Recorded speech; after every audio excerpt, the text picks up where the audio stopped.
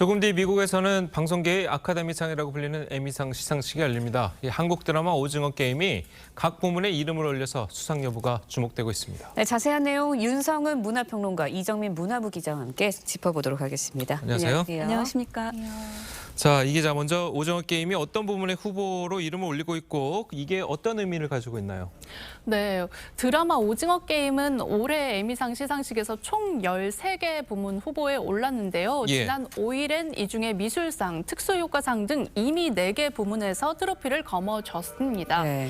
오늘 시상식에서는 작품상과 감독상, 각본상 등 주요 부문 시상이 이뤄지는데 오징어 게임은 모두 주요 6개 부문 수상 후보에 올라 있습니다.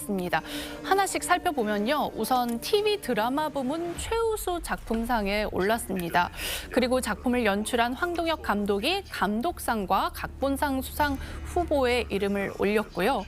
오징어 게임에 출연한 배우들도 모두 줄줄이 수상 후보에 올라 있습니다. 예. 우선 배우 이정재 씨가 나무주연상 후보에 올랐고 네. 나무조연상에는 배우 오영수 씨, 박혜수 씨가, 여우조연상은 정호연 씨가 수상에 도전을 합니다. 네. 특히 이 작품상의 경우에는 수상을 하게 되면 전 세계 콘텐츠 산업에서 비영어권 드라마 최초의 수상이라는 새로운 역사를 쓰게 되는 건데요. 또 주연한 한국 배우들이 상을 받게 되더라도 아시아 국적 배우 중에 최초라는 신기록도 낳게 됩니다. 그동안 에미상에서는 아시아 국적 배우 수상이 전무했기 때문에 한국 배우들의 수상이 더욱 의미가 있을 것 같습니다. 예. 네, 좋은 소식이 들릴지 관심이 좀 쏠리고 있는데 오징어 게임의 황동혁 감독 지난 7월에 오징어 게임이 에미상 후보로 지명된 이후에 소감을 밝혔습니다. 직접 들어보시죠. 미국이 또는 헐리우드이 일방적으로 수출하는 것을 넘어서 이제 교류하는 것으로 전환을 시작했구나라는 그런 느낌을 개인적으로 받았습니다. 그래서 오징어 게임을 그 어떤 첫 작품으로 선택을 해주신 것 같고요. 미국 시상식들, 메이저 시상식들이 TV 부문에서도 어떤 문을 열어주신 것이 아닌가라는. 네, 수출을 하는 것에서 교류를 한다. 그러면서 이제 영화를 넘어서 TV 작품 부분에서도 이런 전환이 시작이 됐다라고 이야기를 했거든요. 공감을 하시나요? 어떻게 들으셨나요? 네, 방금 인터뷰에서 황동혁 감독이 말한 것처럼 이미 이제 기생충으로 사실 아카데미에서 선을 넘었다라는 예. 평가를 받았는데요. 이번에 이제 에미상의 그 기자님 말씀하신 것처럼 사실 아시아권 뭐 최초 국적의 최초로 배우들이 또 후보에 올랐고 또 만약에 수상까지 하게 된다면 그 비영어권 국가가 만든 컨텐츠로서는 최초 수상이기 때문에 네. 예. 이런 부분에도 충분히 의미가 있다라고 할 수가 있겠습니다. 그러나 저의 욕심으로는 사실 네. 이제 수상을 해야지 더 의미가 있는 그렇죠. 것이거든요. 예. 이제 후보에만 올려놓고 어떤 이제 구색을 갖추는 그런 느낌으로 끝나지 않고 수상까지 갔으면 하는 그런 바람이 있습니다. 예. 수상까지 갔으면 하는 바람이 있다고 그러는데 뭐 이정재 씨 같은 경우에는 유력하다는 얘기가 네. 있어요. 네, 맞습니다. 현재 좀 가장 주목을 받고 있는 최대 관심사 중에 하나가 바로 이정재의 나무주연상 수상 여부인데요. 특히 이제 뭐 뉴욕타임즈나 LA타임즈 이런 외신들이 일제히 이번에 이정재가 빈손으로 돌아가지는 않을 거다 이렇게 보도를 할 정도로 이정재 씨의 수상을 유력하게 점치고 있고요. 예. 이정재 씨가 앞서 미국 배우 조합상 그리고 스프릿 어워즈, 크리스틱 초이스에서 나무주연상을 모두 수상을 하면서 역시 이번에 에미상 시상식에서도 수상 가능성을 높이고 있습니다. 에미상 예측 사이트에서도 현재 1순위 수상 후보로 보고 있고요.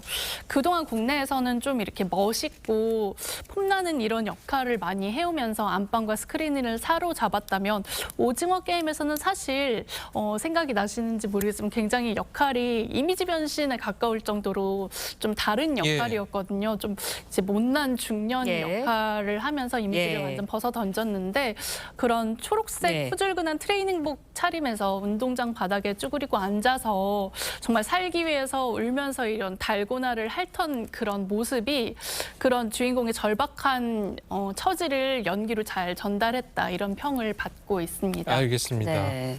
또 다른 주역이죠. 오영수, 박혜수, 뭐 정호연 3명의 배우들도 나무조연상 후보에 올랐습니다. 이미 이유미 씨가 지난번에 상을 탔고요. 그렇다 보니까 이분들의 뭐 수상도 점쳐지는 게 어느 정도 가능성이 있나 이런 이야기들도 나오고 있는데 어떻게 보세요? 일단 뭐 후보에 올라 있는 사람들은 모두 수상 가능성이 있다라고 봐야 될 텐데요. 네. 일단 그 중에서도 이제 오징어 게임은 뭐 지난 1년간 정말 뭐 전 세계적으로 센세이션했던 그런 컨텐츠이기 때문에 훨씬 더 이제 이 배우들이 더 주목받고 있는 게 아닌가 싶습니다. 예. 그 여우조연상 후보에 올라 있는 정호연 씨 같은 경우에는 또 이제 미국에 있는 에이전시와 또 계약을 맺고 지금 또 활동을 준비를 하고 있는 상황이고요.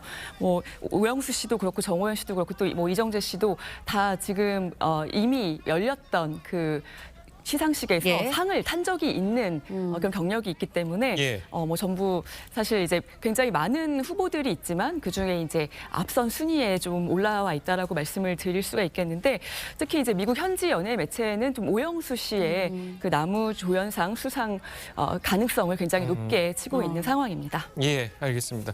그리고 이제 뭐 최우수 작품상도 노리고 있잖아요. 그럼 어떤 작품들이 경쟁을 하고 있나요? 사실 그 오징어 게임이랑 같이 작품상 후보에 오른 경쟁작들이 굉장히 많은데 총 예. 7작품이 있습니다. 예. 석세션, 유포리아, 뭐 베러콜 사울, 기묘한 이야기, 오자크 등 7개의 네. 작품들이 있는데요. 예. 오징어 게임만큼 흥행을 못했지만 하나같이 다양한 여러 가지 방면에서 높은 평가를 받고 있는 작품들입니다. 그렇겠죠. 그리고 또 에미상 시상식도 역시 아카데미 시상식과 마찬가지로 네. 사실 투표 방식으로 수상작이 선정이 되기 때문에 가장 대중적으로 인기가 높은 작품이었던 오징어 게임이 표를 많이 받을 가능성이 높기도 한데요. 예. 하지만 단순히 인기만으로 또 수상 여부가 결정되는 것은 아니어서 쉽게 예측할 수는 없을 것 같고 현재 가장 강력한 경쟁작으로 꼽히는 석세션의 경우에는 2020년에 작품상은 물론 감독상과 각본상까지 네. 싹쓸이를 했을 정도로 미국 내에서도 높은 평가를 받고 있고요.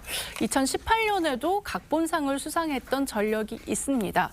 그래서 오징어 게임 역시 이런 미국 대중문화 시상식을 휩쓸었지만 네. 매번 작품상만은 경쟁작 석세션에 밀렸었거든요. 그렇기 때문에 이번에 한국 드라마가 미국 본토에서 이런 쟁쟁한 경쟁작들을 제치고 수상을 만약에 하게 된다면 네. 언어의 장벽을 깬 건 물론이고요.